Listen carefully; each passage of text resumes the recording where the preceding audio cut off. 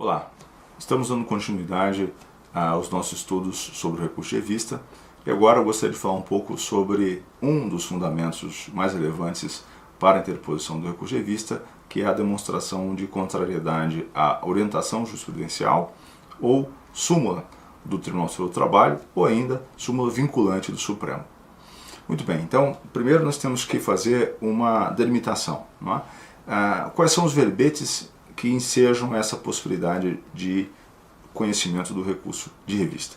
Além da orientação jurisprudencial, que eu já mencionei, da súmula do TST e da súmula vinculante do Supremo, mais recentemente a jurisprudência do TST também admitiu a possibilidade de se conhecer de recurso de revista por contrariedade a precedente normativo. Então atente para isso, isso representa uma evolução na jurisprudência do Tribunal Superior do Trabalho.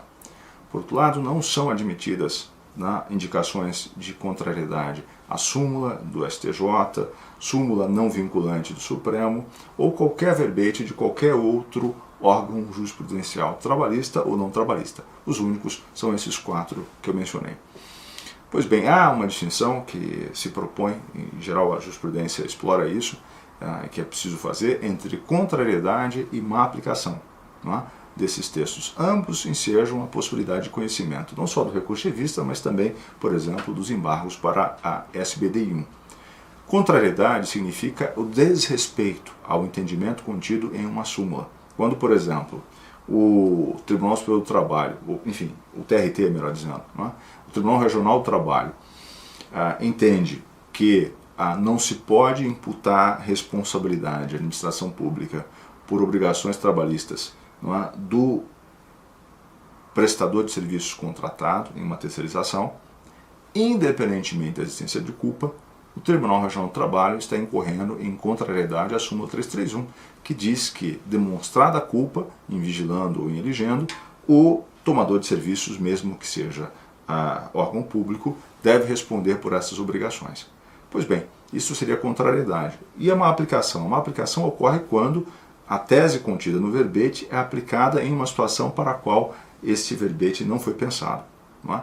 Aqui é até importante recuperar as noções de ratio decidendi e obter-dita. Né? Então, na construção desses verbetes, desses precedentes de natureza vinculante, é preciso considerar aqueles que foram os fundamentos decisivos para que aquele verbete tivesse aquela configuração, adotasse aquele entendimento.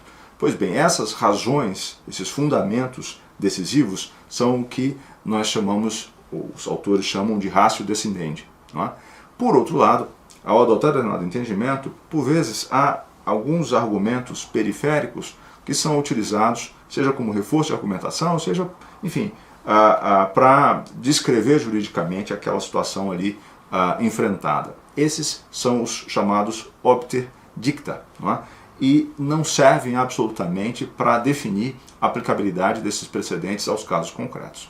Muito bem, no caso da má aplicação, o que ocorre é a incidência, como disse, de um entendimento previsto em um verbete a uma situação para a qual ele não foi pensado. Exemplificativamente, o Tribunal Regional do Trabalho invoca a súmula 331, que trata de terceirização, para impor responsabilidade ao dono de obra. Neste caso, houve uma aplicação equivocada desse precedente, ou melhor, desse verbete, porque ele não foi pensado para essa situação. Para essa situação, há um outro verbete, que é a orientação jurisprudencial 191. Não é? Então é preciso estar atento a essa distinção. Seja como for, ambos permitem a admissão do recurso de revista. Aqui também, assim como no caso da violação, eu sempre insisto na necessidade de indicar, mesmo já no título do tema, a existência de uma eventual contrariedade, para que isso seja visto muito rapidamente e para que, então, não se passe ao largo, não é, dessa informação relevantíssima para a admissão do seu recurso. Bom, essencialmente, em relação a contrariedades às súmulas, OJs e precedentes normativos, era isso que eu gostaria de ressaltar. Muito obrigado.